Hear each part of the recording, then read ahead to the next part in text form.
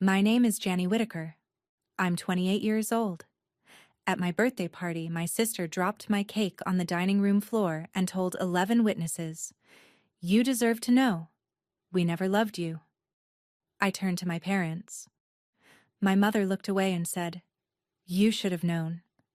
I said, "All right," and I left without raising my voice.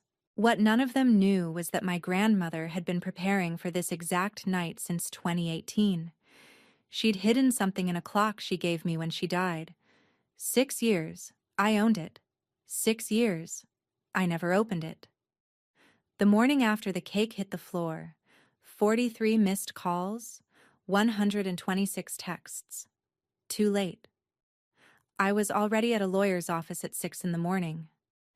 By Monday, my family's company couldn't open its doors without me. They taught me to be invisible.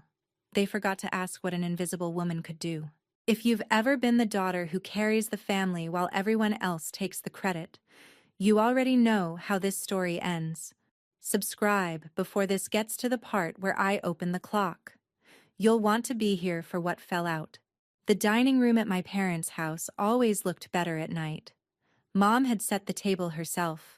Linen napkins, the water glasses I'd polished as a kid, my grandmother's silverware in the heavy oak box she kept in the break front. That silverware was the only thing of Constance Whitaker's that had ever made it into Frances Whitaker's house. My mother kept it in storage most of the year. She brought it out only for occasions she wanted documented. I should have noticed she'd set the table for 14. 11 friends? 3 of us in the family. That was 12. The 2 extra plates at the far end were polished, with folded napkins beside them, and they remained untouched all evening. Looking back, those plates were never meant to be filled. They were meant to be visible. It was a Saturday night in early November. The crowd I'd invited was small but specific. Nora Whitley, my best friend since college, who happened to be a journalist. David Brennan, a wine photographer I'd known 4 years. A sommelier from a Michelin-rated restaurant in Portland. 2 cellar staff who had worked under my grandmother before me. Eleanor Crane's daughter and son-in-law, 3 friends from UC Davis. Nora arrived first. She handed me a wrapped book and whispered, "Are you sure about tonight?" I'd told her about the Mercer offer. I hadn't told my parents yet. I thought I had until Monday. "I think Dad's going to surprise me," I said. "He asked me to wait a week before deciding. I owe him at least the dinner." Nora's face did something I couldn't read. "Okay," she said. "I'm right here." Holly carried out the cake at 9:15. It was a 3-tier confection she'd ordered from the bakery in Lake Oswego where my mother's bridge club met. White fondant, sugar peonies, gold detailing. The kind of cake that announced its own price tag. My sister carried it like it was someone else's problem. Her phone, normally up and recording every family moment for her 78,000 Instagram followers, was face down on the sideboard. My mother, who had live-streamed every birthday since 2019, did not raise hers either. I asked Holly to make a wish with me. She said, "I already did mine, Jan." She set the cake on the table. She straightened. She looked at me, directly, calmly, with the eye contact of a person who has rehearsed something in a mirror. And she opened her fingers. The cake hit the table edge, then slid, then dropped to the Persian rug my grandmother had given my parents in 1991. Frosting bloomed across the wool. White sugar petals pressed into the dark red dye. The room made the small involuntary sound of 11 people inhaling at once. Holly didn't react to the noise. She didn't react to the rug. She looked at me again, and she said, "You deserve to know, Jan. We never loved you. None of us. Not Mom. Not Dad. Not me. Just Grandma. And she's not here anymore to lie for you." 3 years of therapy had taught me to recognize a sentence rehearsed in a mirror. Holly had said this one before, maybe 20 times, maybe 100. I could hear the practice in the edges of the consonants. I turned to my parents. My father's hand was shaking. He had set down his wine, and the glass was sweating onto the linen, and his fingers were resting beside it without holding on. His mouth opened. He looked at my mother first. He didn't speak. My mother did not look up.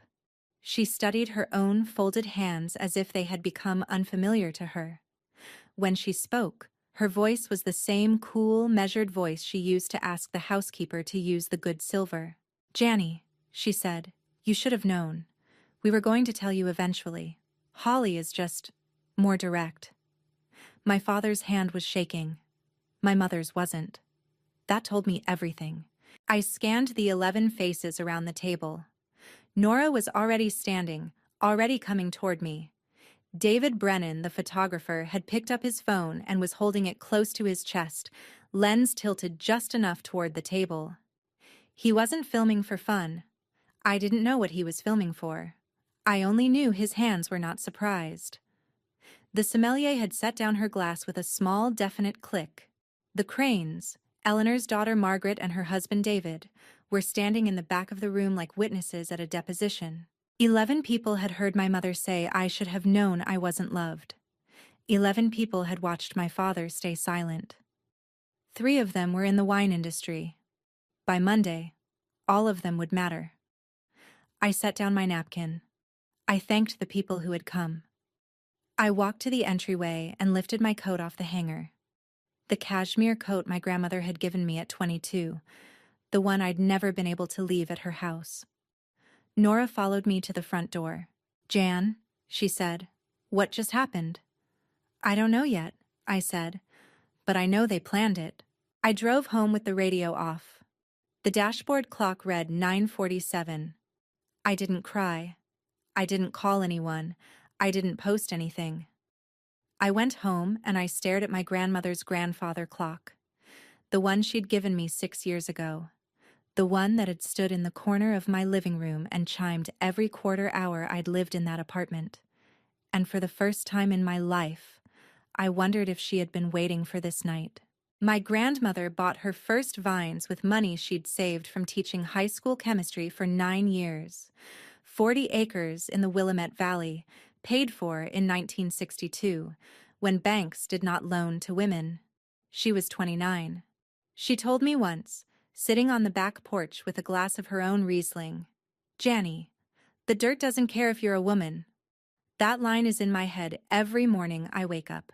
She kept her first dollar, a check from a small restaurant in Salem that bought a single case of her 73 Pinot Noir, folded in her wallet for the rest of her life. When she died in 2019, no one in the family knew where it went. She'd named the company Whitaker Estate Vineyards and Reserve. By the time she handed it over, it was $32 million in revenue, 3 vineyards across 240 acres, a tasting room that drew 200 guests on a slow weekend, a boutique inn with 8 rooms, a wine club of 4,200 members. The industry knew her name. Wine Spectator had reviewed her 81 Reserve at 89 points. Back when 89 points from Wine Spectator meant something. She did not retire. She worked until the week before her stroke. Her son, my father, Walter Whitaker, became CEO the morning after her funeral. The board voted unanimously. He had her last name. He'd grown up in the cellar. He looked the part. He was 62 now. He'd never run anything in his life. My mother is Frances Whitaker, Vassar class of 1987, Pi Beta Phi, Junior, Miss Oregon, 1985. She married my father in 1990 with the specific ambition of becoming a Whitaker, the way a certain kind of woman in this country marries into a name the way other people marry into a family. My grandmother never accepted her, not in any open way. Constance Whitaker was not cruel, she was unmistakable. She referred to my mother's interior design choices as interesting in a tone that meant nothing of the kind. The first time my mother offered to redecorate the tasting room, my grandmother said, "Frances, dear, the tasting room sells wine, not cushions." My mother spent 40 years trying to belong in a house she'd married into. She decided early which daughter would help her finish the job. Holly came first. 3 years before me. By the time my sister was 4, my mother had a plan for her. Junior Miss Circuit at 14, ballet at 6, the dance company at 12, Vassar at 18, Pi Beta Phi at 19, an MBA from somewhere appropriate, marriage to a banker by 27. Holly hit every milestone within 6 months of schedule. She was Junior Miss Oregon at 15, top 3. She danced the Sugar Plum Fairy at 12. She got into Vassar Legacy. She married a man named Andrew Pemberton Hayes. Yes, that was his real name. In a wedding at the Brooklyn Botanic Garden that cost $312,000 and required 2 photographers. Holly didn't grow up. She was assembled. By the time I was 8, I understood the shape of the house I lived in. My sister was my mother's masterpiece. I was the leftover clay. I'm telling you this not to make you sad for me. I'm telling you so you understand what my mother decided about me when I was very young, and what I, without being aware of it, decided back. I rejected my mother's path one quiet refusal at a time. At 8, I was supposed to compete for junior princess in the local pageant my mother had pre-registered me for. I told her I wanted to attend a children's pruning workshop at my grandmother's vineyard instead. My mother said no. My grandmother called my mother and said, "Frances, don't make this a fight. You'll lose." I went to the vineyard. I came home with stained fingernails and a cutting from my grandmother's oldest Pinot vine.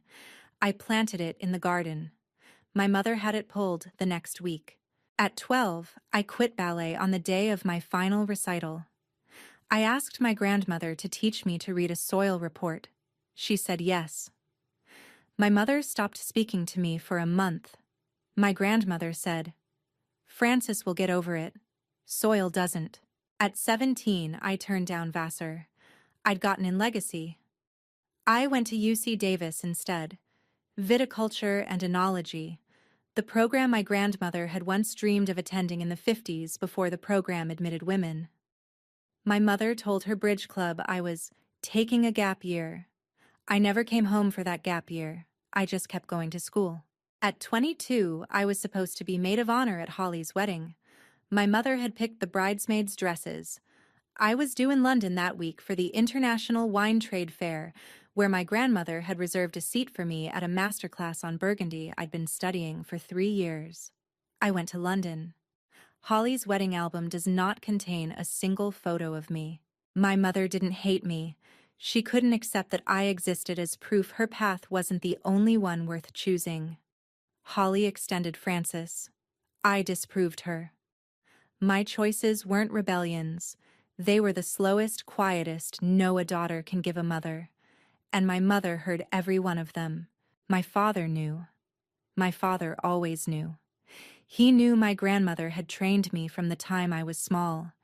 He knew which daughter was his mother's. He knew which daughter was his wife's. And he made, over and over, through 28 years, the same decision.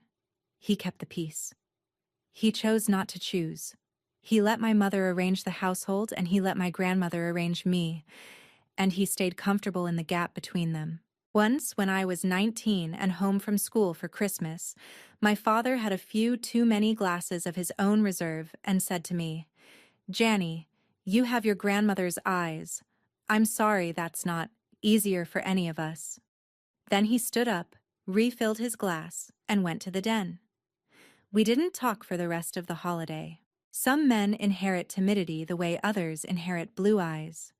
He didn't choose his cowardice, but he didn't fight it either.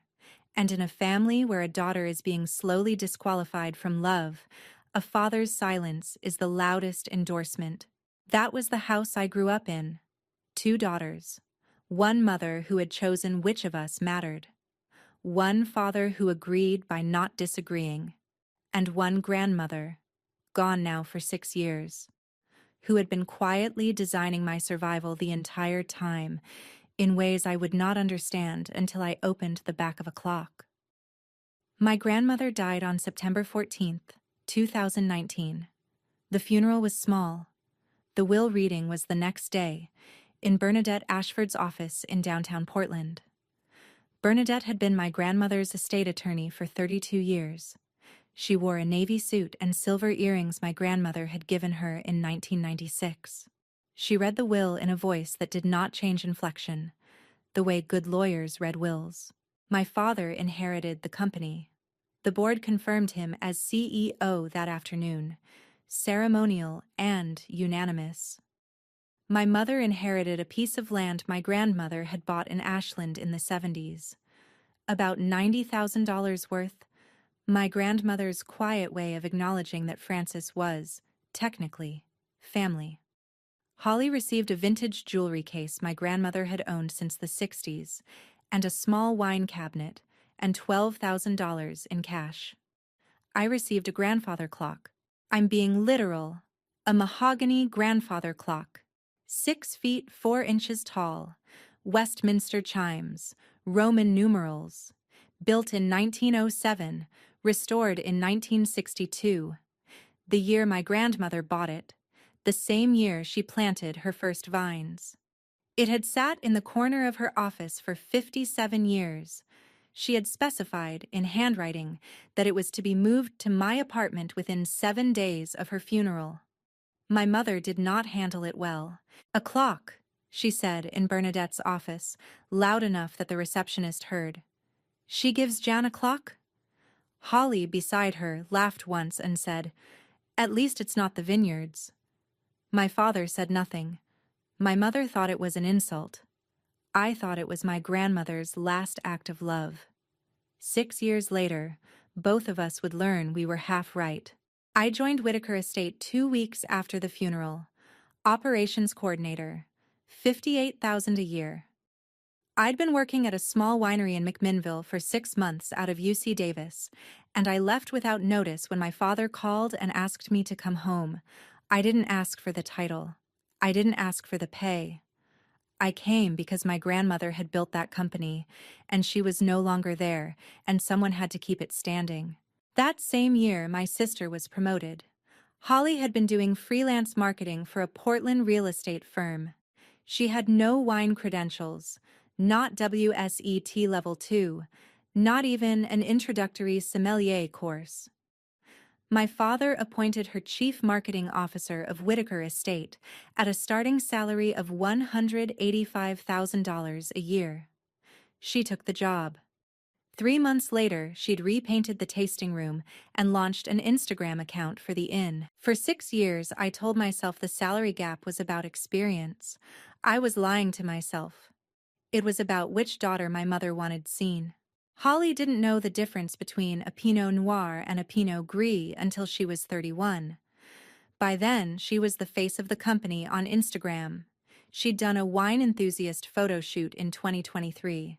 Full page, captioned, "The New Generation of Pacific Northwest Wine." The shoot was at the cellar I had rebuilt. She didn't know my name was on the architectural permit. Here is what I actually did. In those 6 years, while my sister was learning to pose with bottles. In 2020, I renegotiated our contract with Frederick Distributors in Seattle. Saved the company $340,000 a year. My father signed the contract. The board minutes credited him. In 2021, I rebuilt the wine club from 1,200 members to 3,400. I wrote the retention strategy. I designed the loyalty tier. I trained the customer service rep. Holly posted a photo on Instagram of herself holding a wine club pin and captioned it, "Our team's hard work is paying off." In 2022, I designed the blend for the 2020 Reserve Pinot Noir. Wine Spectator gave it 92 points. My father accepted the award at the Oregon Wine Industry Gala. He did not mention me in his speech. I was sitting at the same table. In 2023, I led the tax restructuring that saved the company $580,000 across 3 years. My mother, at the country club, told her bridge friends that Walter is becoming such a savvy CEO. Walter had not read the tax filings. He had signed where I'd flagged the signature lines. In 2024, I oversaw the renovation of the Boutique Inn, a $1.2 million project. and brought it in $130,000 under budget. Holly led the press tour. She posted a video of herself in the new wallpaper, captioned, "Bringing the Whitaker vision to life." I'd designed the wallpaper. I'd chosen the wallpaper. I'd argued with 3 contractors about the wallpaper. She was 48 hours late to the press preview because she'd flown to Cabo with Andrew. In April 2025, the spring frost came late. The Pinot Noir blocks were vulnerable. I worked the wind machines for 4 nights with Daniel Pierce, the cellar master we'd hired the previous summer, and 4 cellar hands. We slept in shifts. We saved 60% of the crop. The next morning, my mother called me. She said, "Janny, can you pick up Holly's dry cleaning before her dinner tonight?" I picked it up. The receipt was $84.50.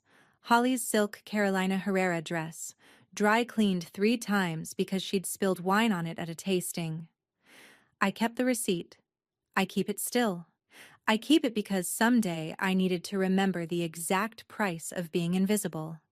$84.50. I kept records, not because I was building a case.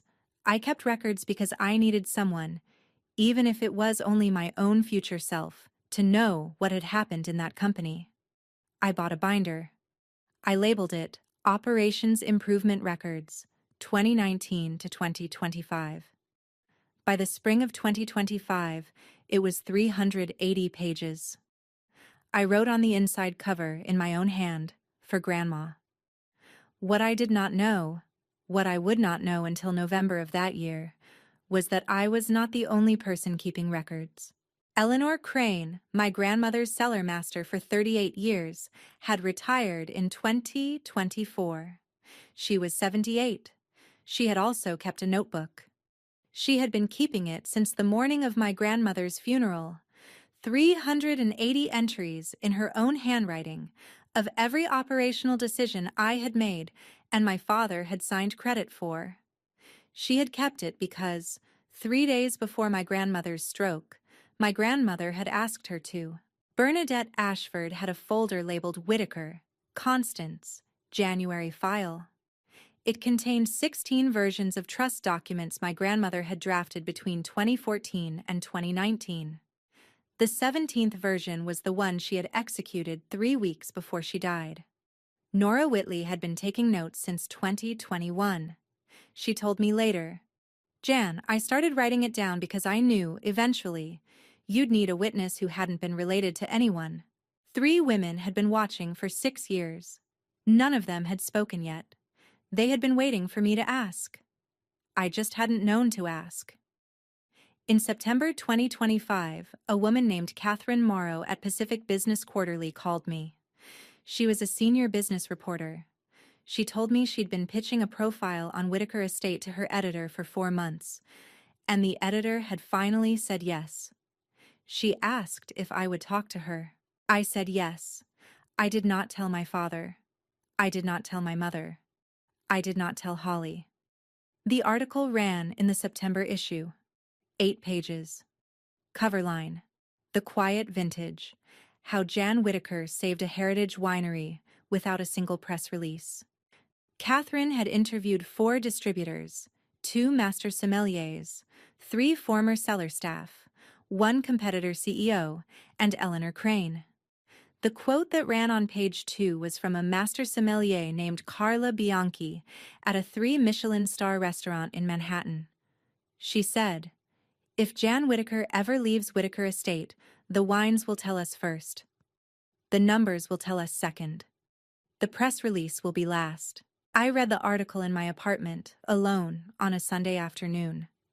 I cried for the first time in 3 years. Then I noticed something. My mother had never called to congratulate me. My father had not called either.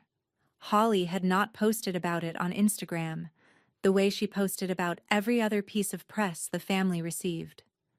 That silence told me what was coming. I just didn't know in what shape. 2 days after the article ran, my mother burned her copy of the magazine in the fireplace at the country club. I would learn this later. Patricia, the friend who had asked her, "Frances, Your daughter's all over Pacific business. How proud you must be, told my father, who told Bernadette, who told me. My mother had smiled, gone home, and burned the magazine in front of my father. That night, my mother said to him, "Walter, I want her gone before this gets worse."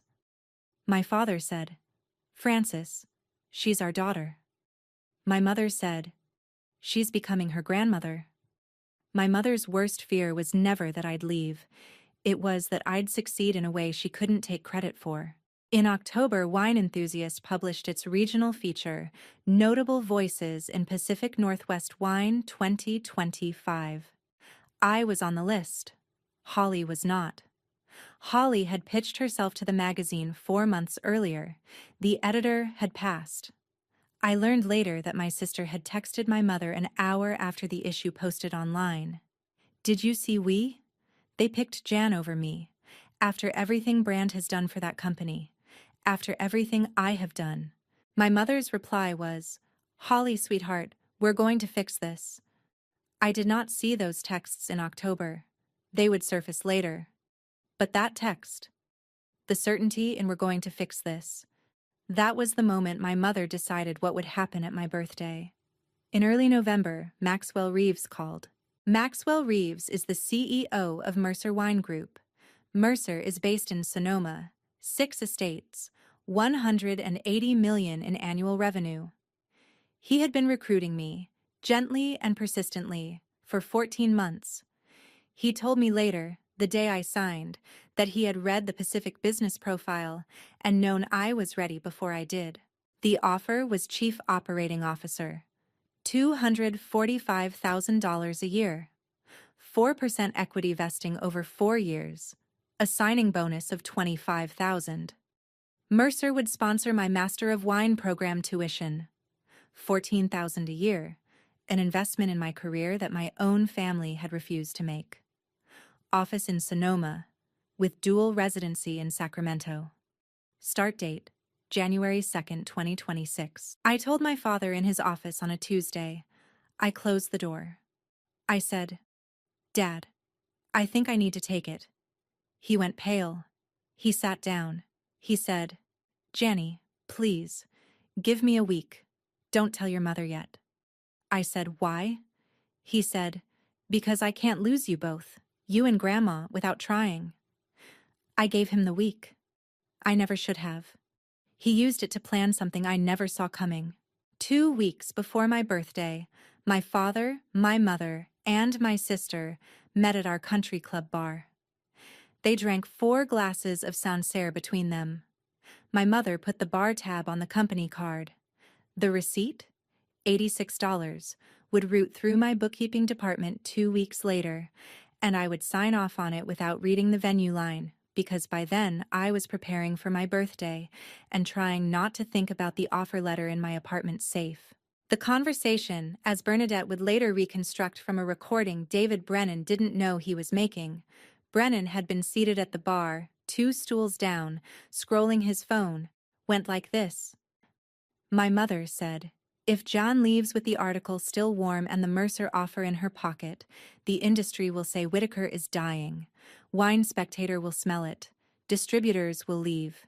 We need her gone like a difficult daughter, not a talent. We humiliate her at her own birthday. 11 witnesses, 3 of them in the wine industry. The story writes itself. Whitaker daughter has a public meltdown, leaves family business in disgrace. By the time she signs at Mercer in January, the narrative is set." Holly said, "Mom, that's a lot." My mother said, "Holly, your sister is about to take the only thing I've ever built, your name." My father said nothing. My family planned my humiliation over 4 glasses of Sancerre at a country club where my grandmother had once been refused membership for being a woman in business. My mother charged the bar tab to the company card. I had signed off on the bookkeeping report 2 weeks earlier. I never even read the venue line. Pause for a second. If you were John in the room I'm about to describe, with a binder of 6 years of evidence and the proof that your grandmother had been protecting you from beyond the grave, Would you read everything in the binder? Or would you give them a chance to apologize first? Comment with your answer before you watch what I actually did. I want to know what you would have chosen. I drove home from my parents' house with the radio off. I stopped at a red light at 122nd Avenue. A woman was crossing in front of me with a stroller.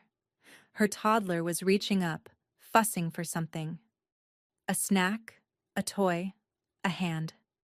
She bent down without breaking her stride. She fixed it. She kept walking. The woman did not look up at me. She had no idea I was watching.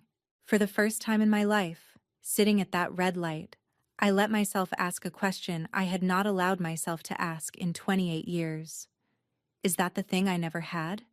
I didn't know if I was crying. My face wasn't wet. But something inside me was leaking. The dashboard clock read 9:47. I knew that when I got home, my grandmother's clock would chime 10. For 6 years, that clock had marked every hour I'd lived invisible. I didn't know yet that it was about to mark the hour I stopped. I let myself into my apartment. I turned on a single lamp. I sat on the sofa across from the clock. The pendulum swung. The brass weights gleamed. At 10 p.m., the Westminster chimes rang their full sequence, 16 notes, then 10. The sound was the same sound it had made every hour for 6 years. The sound my grandmother had heard for 57 years before that. I remembered the last thing she'd ever said to me. It was 4 days before her stroke. We were in her office. She had taken my hand and pulled me toward the clock. She'd said, "Janny, every hour this clock chimes, that's me telling you, you are enough." I had laughed. I had said, "Grandma, that's beautiful." I had not asked her what the clock was for. I sat across from it. I looked at the pendulum. The pendulum was slow. I did not know how I knew. I had lived with that clock for 6 years. I had not once consciously timed the swing, but that night, sitting in the half-dark of my living room, I knew the swing was wrong. Each pass took an extra fraction of a second, maybe a tenth, maybe a hundredth. Pendulums do not slow down on their own. Something was making it heavier. I went to my desk and got the small set of brass screwdrivers I kept for adjusting wine equipment in my apartment. I knelt behind the clock. I opened the back panel. It slid up simple, and I looked inside. Behind the pendulum, mounted to the inside of the cabinet wall, was a small wood panel that did not match the rest of the clock. 4 inches by 6 inches, 4 brass screws holding it in place. The screws were brighter than the brass that held the rest of the mechanism. They had been installed later. Somewhere between 1962 and 2019, my grandmother had hidden a panel inside this clock. I unscrewed it. Inside the compartment, wrapped in pale archival tissue, were 4 objects. I lifted them out one at a time and placed them on my coffee table. The first was a folded letter, 4 pages. The outer fold read, in my grandmother's handwriting, "For Janny, when she needs it." The second was a sealed legal envelope, embossed, Multnomah County Office of the Recorder, stamped, notarized. I could see the corner of a document inside. The third was a manila envelope holding bank documents. The first page beneath my grandmother's hand, Constance Whitaker Educational Trust for January. $620,000. 2-factor authentication enclosed. The fourth was a bottle of wine. Wrapped in tissue, lying on its side, was a bottle of Whitaker Estate Reserve Pinot Noir, vintage 1973, the first vintage my grandmother ever produced. 52 years old. The label was cream yellow with age, the script my grandmother had hand-drawn before she could afford a designer. Across the bottom corner, written in pencil in her own handwriting, in letters I could barely make out, "Drink it the day you know who you are. Not before." I sat on the floor of my apartment for 40 minutes before I touched any of it again. I was not ready. but I was closer than I'd been an hour ago. I picked up the letter. I unfolded it. I read it once, silently.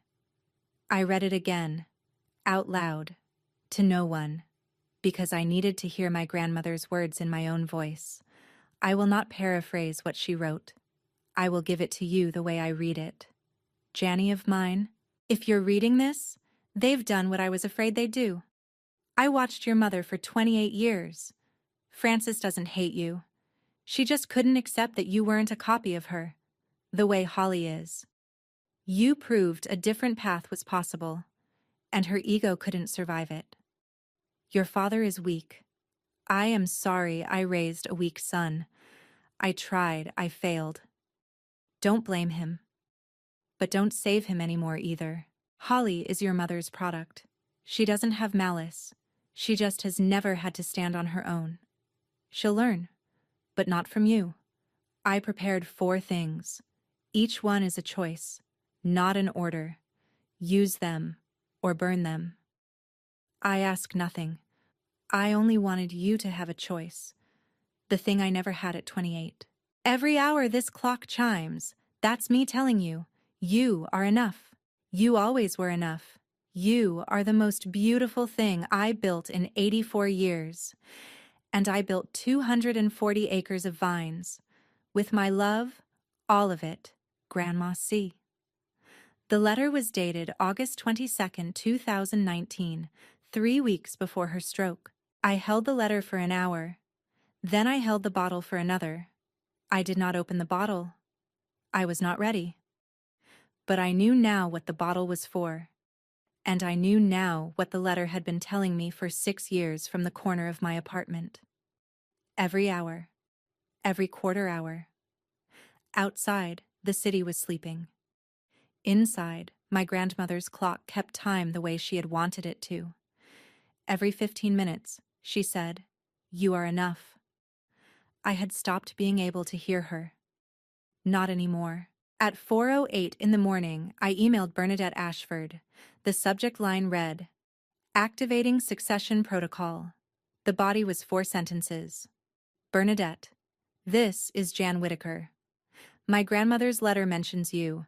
I'd like a meeting at 7 a.m. today. The clock has been opened. Bernadette replied at 4:14. Jan, I've been waiting 6 years for this email. Office at 7. Coffee will be ready. She had been waiting. I was not the only person my grandmother had prepared. At 5 a.m., I sent a second email to my father, copied to Whitaker Estate's General Counsel, copied to the Whitaker Estate Board distribution list. I had written the email at 3 the night before. It had been sitting in my drafts since I'd first read my grandmother's letter. The email contained my resignation, effective immediately. The activation of my voting rights under the August 2018 Trust Addendum, registered with Multnomah County and notarized by Judge Howell. A request for an emergency shareholder meeting under Section 4.2 of our bylaws, 10 days' notice, scheduled for December 16th. And a notice that I had transferred administrative access to my personal backup email at 5:32 a.m. By 6, I had accepted the Mercer offer. Maxwell Reeves had emailed back a single line. "Welcome to Mercer. Your packet ships overnight." By 7, I was sitting in Bernadette Ashford's office with a cup of coffee that she had made herself. She placed a red folder on the desk between us. The label read, Whitaker, Constance, Jan File. She opened it. Your grandmother wrote 16 versions of these documents between 2014 and 2019, she said. The version we'll execute today is the 17th. She signed it 3 weeks before she died. I said, why didn't she tell me? Bernadette did not pause. She said, Janny needs to want her own life before she can use mine. Inside the file was a notarized addendum to my grandmother's will, establishing a trust that held 35% of the voting shares of Whitaker Estate Vineyards and Reserve, with me as the sole beneficiary, activatable any time after my 25th birthday. There were bank signatory cards, There were power of attorney instructions. There was a series of contingency letters. If Francis does X, do Y. Written in my grandmother's handwriting, sealed in envelopes, dated and ranked. Bernadette had executed none of them yet. She had been waiting for the trigger. At the bottom of the folder, taped inside the back cover, was a Polaroid photograph. Me, age 8, in a small denim jacket, kneeling between vines. My grandmother behind me, hand on my shoulder, both of us laughing. I had never seen the photo before. I had been my grandmother's project the entire time, the slowest, most careful project of her life. At 8 a.m., I called Eleanor Crane. Eleanor was 78. She lived alone in a farmhouse 3 miles from the cellar she'd run for 38 years. She had retired the previous spring. She had been my grandmother's closest professional friend. Eleanor said, "Janny, I'll be at Bernadette's office in 40 minutes. She arrived with a leather-bound notebook. The cover was scuffed and watermarked. She placed it on the conference table the way you place a relic. 380 entries, she said. Every operational decision you made between September 2019 and last spring that your father took credit for. I started it the morning of Constance's funeral. She had asked me to, 3 days before her stroke. She told me, Eleanor, watch what they do to her after I'm gone. Help her when she needs it. Not before." I asked Eleanor, "How did Grandma know there would be a day?" Eleanor said, "Because she'd watched Francis raise Holly, and she knew what Francis would do when she ran out of ways to make Holly look bigger than you." By 11 a.m., I had assembled what I'd come to think of as the case file. Bernadette had it. Eleanor had it. I had it. 3 copies, hard and digital. The contents were the notarized 2018 trust addendum with Multnomah County registration, Eleanor Crane's 380-entry notebook, my own 380-page binder of operations improvement records, 2019 to 2025, 6 years of internal financial documents with timestamps showing my signatures on the work and my father's signature on the credit, a timeline of every press release, award, and external recognition that had attributed my work to my father or to Holly. The screenshot of Holly's October text to my mother, "Did you see we?" pulled from Andrew Pemberton Hayes' email, where Holly had accidentally forwarded the thread when she'd been venting. The country club bar receipt for $86 on the company card, with no business minutes filed for the date. The audio file from David Brennan's phone. He had not known he was recording the country club conversation. His phone had been on a voice memo from earlier that morning, sitting face up on the bar 2 stools from my mother. At 11:30, I checked my phone for the first time since the night before. 43 missed calls, 126 texts. I read them all. I did not call back. I did not reply. The first call had come at 8:05 from my father. Frederick Distributors had called the office demanding contract renewal, and only I had the password to the vendor management system. 8:22. My mother, because Crow LLP had emailed about quarterly tax filing, and Holly had no relationship with our accountant. 8:45. My father again, because a master sommelier from Manhattan was on the line about an exclusive allocation, and my father did not know what an exclusive allocation was. 9:30. Holly. 11 texts in 7 minutes, because the Spring Inn coordinator had called about the Saturday wedding event, and Holly had never run a wedding event, and I was the one who had kept the vendor relationships for catering and florists and valets. 11 a.m. IT, because they'd discovered I'd transferred admin access at 5:32 a.m., and they could not roll it back. Noon. Insurance broker, because there was a $180,000 crop insurance claim that only I had the timeline records for. 2 p.m. Tao, my father, because the Wine Spectator journalist had been on the calendar for the week, and my father had not known about the appointment. The last text, sent at 5:58 p.m., was from my father. It said, "Janny, please. The company can't open without you. I know I haven't earned the right to ask, but please. Just for the company. Just one call."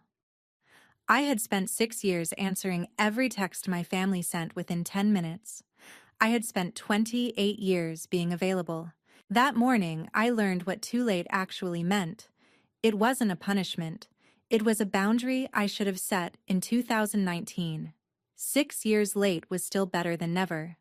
The emergency shareholders meeting was scheduled for 9 a.m. December 16th in the conference room at Whitaker Estates Salem headquarters. 9 people were present. My father, Walter, at the head of the table. My mother, Frances, in the chair to his right. A chair she had pulled from another room because the bylaws did not list her as a shareholder and because she had insisted on being present anyway. Holly, beside my mother. 4 outside board members: Margaret Sutton, retired senior editor at Wine Spectator; Robert Pemberton, retired CFO of a regional bank; James Thornton, an independent vineyard owner from Hood River; and Anne Holloway, a corporate governance attorney from Eugene. 2 company lawyers, and a single empty chair at the foot of the table, opposite my father.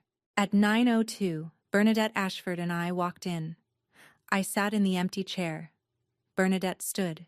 She placed a leather folder on the conference table and embossed seal side up, slid the top document toward Margaret Sutton. "Good morning," Bernadette said. "I'm Bernadette Ashford, estate attorney to the late Constance Whitaker. I'm here today to inform the board that a shareholder has activated voting rights granted in a 2018 trust addendum, registered with Multnomah County and notarized by Judge Howell. The shareholder is Jan Whitaker. The voting block is 35%. My father's face went white. My mother did not lift her head. Holly said, "What? She has shares? How?" Bernadette did not answer Holly. I read my statement. I had written it the night before, on yellow legal paper, by hand. I read it slowly. I did not pause for breath. I did not look at my mother. "I am submitting my resignation, effective immediately. I am exercising my voting rights to nominate Eleanor Crane as interim chief operating officer until the board can find a permanent replacement. I am providing the board with documentation of operational decisions I have made on behalf of this winery over 6 years that were never credited to me. For board records only, not for press. I am not seeking back pay. I am seeking accuracy. After today, I will not be available to consult. The next time you need someone to negotiate with Frederick Distributors, you will need to do it yourselves. The next time the spring frost threatens the Pinot Noir blocks, you will need someone in the cellar at 3 a.m. That someone will not be me. I am not asking the board to take sides. I am asking the board to know what happened here, so that whoever leads next understands what this company costs to run. Thank you." My father stood up halfway through my statement. He left the room. He did not come back. Bernadette distributed 11 binders to the 4 outside board members, to the 2 company lawyers, and additional copies that would be filed with the corporate secretary. Each binder was 410 pages. Each binder contained Eleanor Crane's notebook, my own operations records, 6 years of financial documents, the press timeline, the Holly text, the country club receipt, and the bar audio file with a transcript. Robert Pemberton, the retired bank CFO, was the first to flip through. He paused on the spring frost incident from April. He read for 90 seconds. He looked up at Bernadette. He said, "Bernadette, how much of this is verifiable?" Bernadette said, "All of it. Every signature is timestamped. Every email is archived. Every decision is corroborated by Eleanor Crane and 3 former seller staff who have agreed to testify if asked." Holly stood. This is ridiculous. I'm CMO. I have done so much for this brand." Bernadette gently and firmly said, "Honey, this isn't your meeting anymore. The shareholder block has the floor." My mother had not moved. Her hands were folded on the table, white-knuckled. Her coffee was untouched. I looked at her for the first time in 5 hours. I said, "Mom, I am not going to say anything to hurt you here.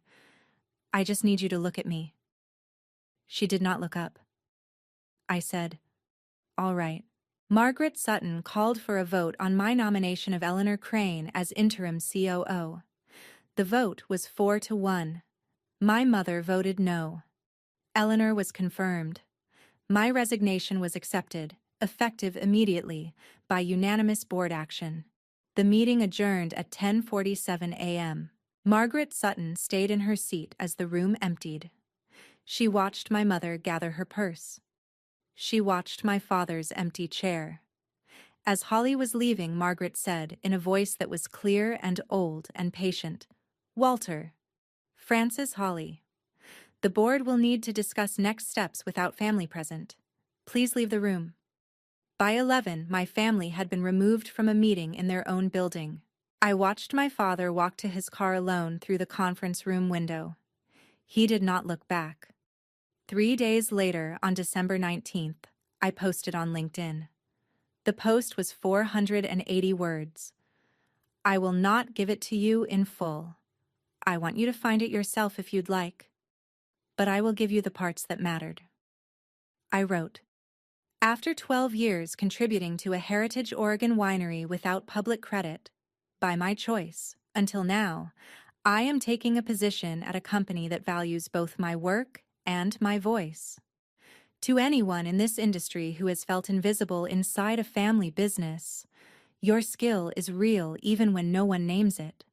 Your value is not contingent on being seen by people who chose not to see." My grandmother, Constance Whitaker, planted her first vines in 1962, when very few women did. She built this estate with her hands and trained me with her palate. The greatest tribute I can give her is to do for myself what she did for herself in 1962. Today, I am joining Mercer Wine Group as Chief Operating Officer.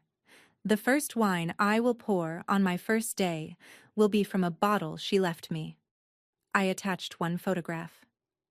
The 1973 Reserve Pinot Noir, unopened, label visible. Within 6 hours, 4 master sommeliers had publicly congratulated me. Within 12, 2 wine journalists had reposted. Within 24, a retired senior editor at Wine Enthusiast had left a comment. Holly's old academic advisor at Vassar had left a comment too. It said, "Proud to have known your grandmother. Welcome to your own legacy, John."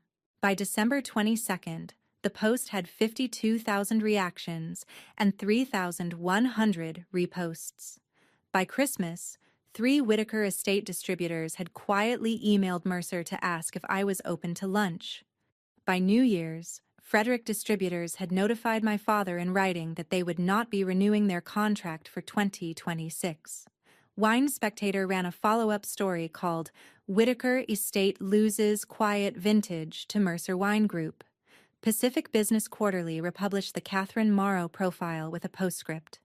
Wine Enthusiast dedicated 4 pages of its February 2026 issue to my move. An anonymous master sommelier left this comment under my LinkedIn post. "I'd been buying from Whitaker for 11 years. Today, I learned every bottle came through Jan, pouring her name across all 9 of our restaurants this week." I did not write the LinkedIn post for revenge. I wrote it because, for the first time in 12 years, I had the right to put my name next to my own work. The industry didn't believe me. The industry confirmed me. There's a difference. The first one needs proof. The second one doesn't. 3 months after I left, Frederick Distributors canceled their contract. $2.4 million in annual revenue, gone. The wine club shrank from 4,200 members to 2,800 in 90 days. Eleanor Crane, who had agreed to serve as interim COO, resigned after 60 days. Her resignation letter to the board said, Walter is undermining every operational decision I make. I am not here to manage his ego. The company needs leadership. I have given all the leadership I have. On March 14th, 2026, my father had a heart attack. It was a small one. He survived. He was in the hospital for 4 days. On the second morning, my mother called me. I let it go to voicemail. 2 hours later, my father called me himself from his hospital bed on FaceTime. I answered. It was the first time I had spoken to him since the boardroom meeting 4 months earlier. He said, "Janny." I said, "Dad." He said, I'm not asking you to come back. Your mother was wrong. I was worse, because I knew. Grandma told me before she died. She said, "Walter, you have one daughter who is yours and one who is hers. If you don't choose, eventually they will, and the one who is yours will leave." I didn't believe her.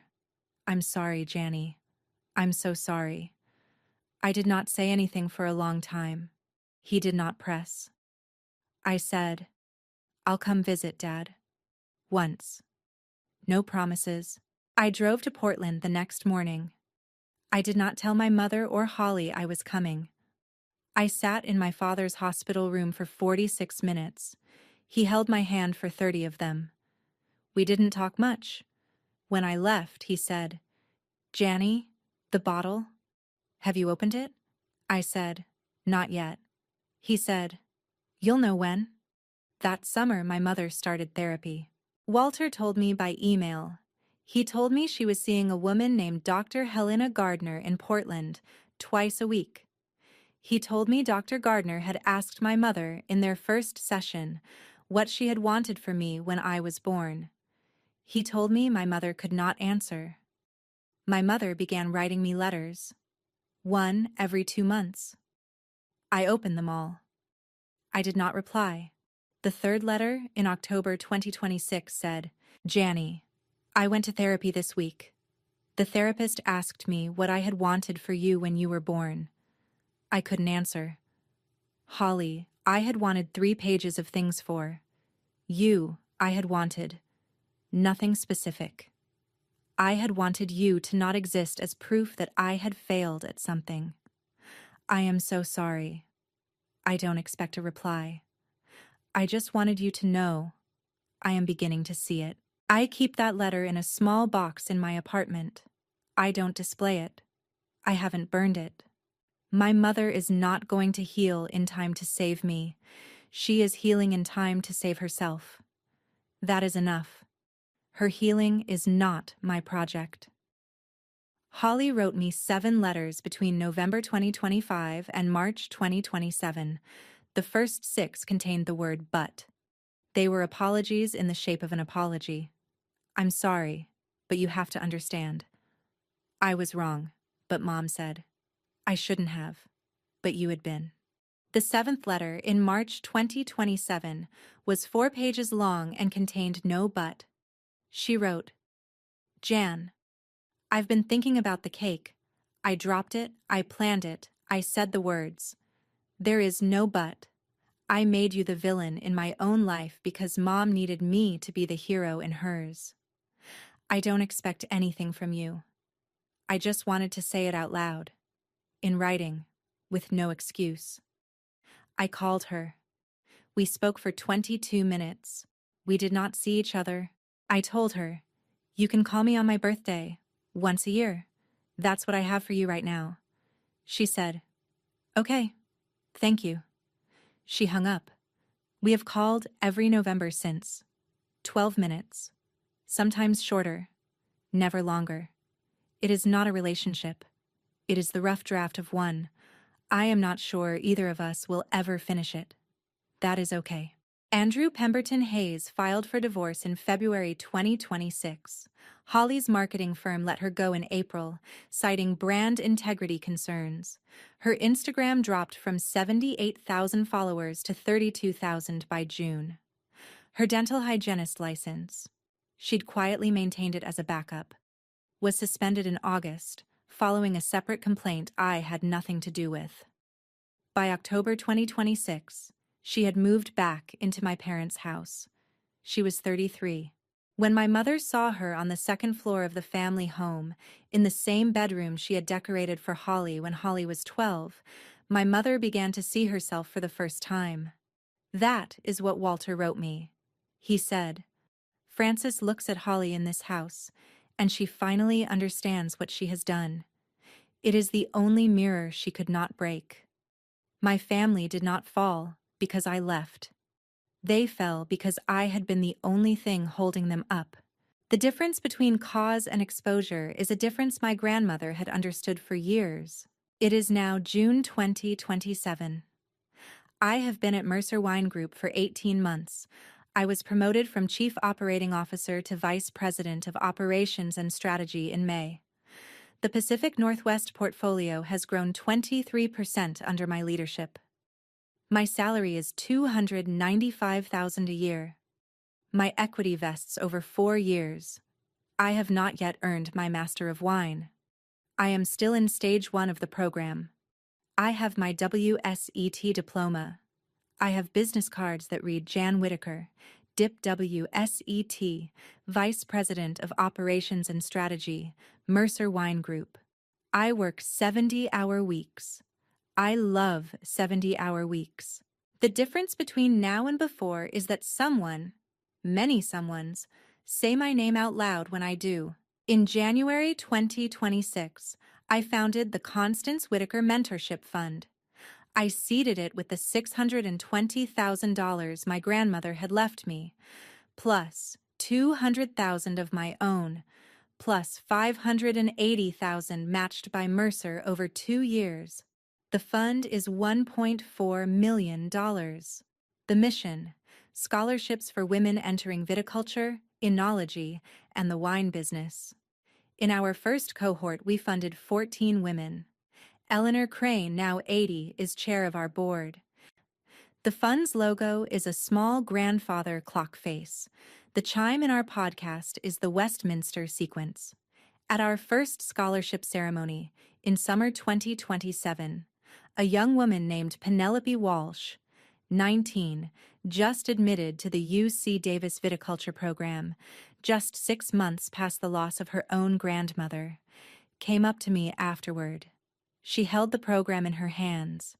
She was shaking a little. She said, "Miss Whitaker, my grandmother was the only person who saw me. I don't know how to keep going without her." I reached into my bag. I keep a small stack of photocopies in there. Copies of my grandmother's letter, with her name redacted, with only the words. I gave one to Penelope. I said, "Read it. Your grandmother is still watching you. They always leave something. Sometimes it's a letter. Sometimes it's a bottle. Sometimes it's a clock you don't understand for 6 years. You'll find yours." She read it standing up. She cried. She hugged me. That night, I drove home to my Sonoma apartment. The grandfather clock, moved from Portland in February, stood in the corner of my new living room. At 9 p.m., the Westminster chimes rang. I walked to the shelf beside the clock. I took down the bottle of 1973 Reserve Pinot Noir. The label said, "Drink it the day you know who you are, not before." I opened it. The cork came out clean. 54 years was past prime by most standards, but my grandmother had always cellared correctly, and the wine had a chance. I poured one glass. I stood at the window. Sonoma at sunset. Vineyards in golden light. Rows on rows of vines. Somebody else's now, but the same shape and the same patience. I took a sip. The wine tasted exactly the way my grandmother's memory had tasted in her cellar when I was 8 years old. Oak. Cherry. Leather. Time. I whispered in the only voice I had left for her. "Today I know who I am, Grandma. Thank you for waiting." I poured a second glass. I did not drink it. I set it on the windowsill, the way my grandmother used to leave a glass for my late grandfather every December. A small ritual she had never explained, and that I had never understood until that night. My family taught me to be invisible. My grandmother taught me to outlive their assumption. I am 29 now, soon to be 30. I have a job that says my name out loud. I have 14 women in school because of a clock my mother once called a desk. I have one phone call a year with my sister. I have one quarterly visit with my father. I do not have a relationship with my mother yet, and I am at peace with the word yet. If this hit close to home, if you've felt invisible in your own family for too long, share this with one person who needs to hear it. Not someone who hurt you. Someone who has also been the daughter who carried the weight. We don't need our families to apologize before we set ourselves free. We just need to know we're not alone. Comment with one word your grandmother used to say to you. I'll read everyone. If you are watching this and you have a grandmother, call her. If she's gone, look for what she left you. Sometimes it's a letter. Sometimes it's a bottle. Sometimes it's a clock you've owned for 6 years and never opened. They always leave something. The job is yours. Open it.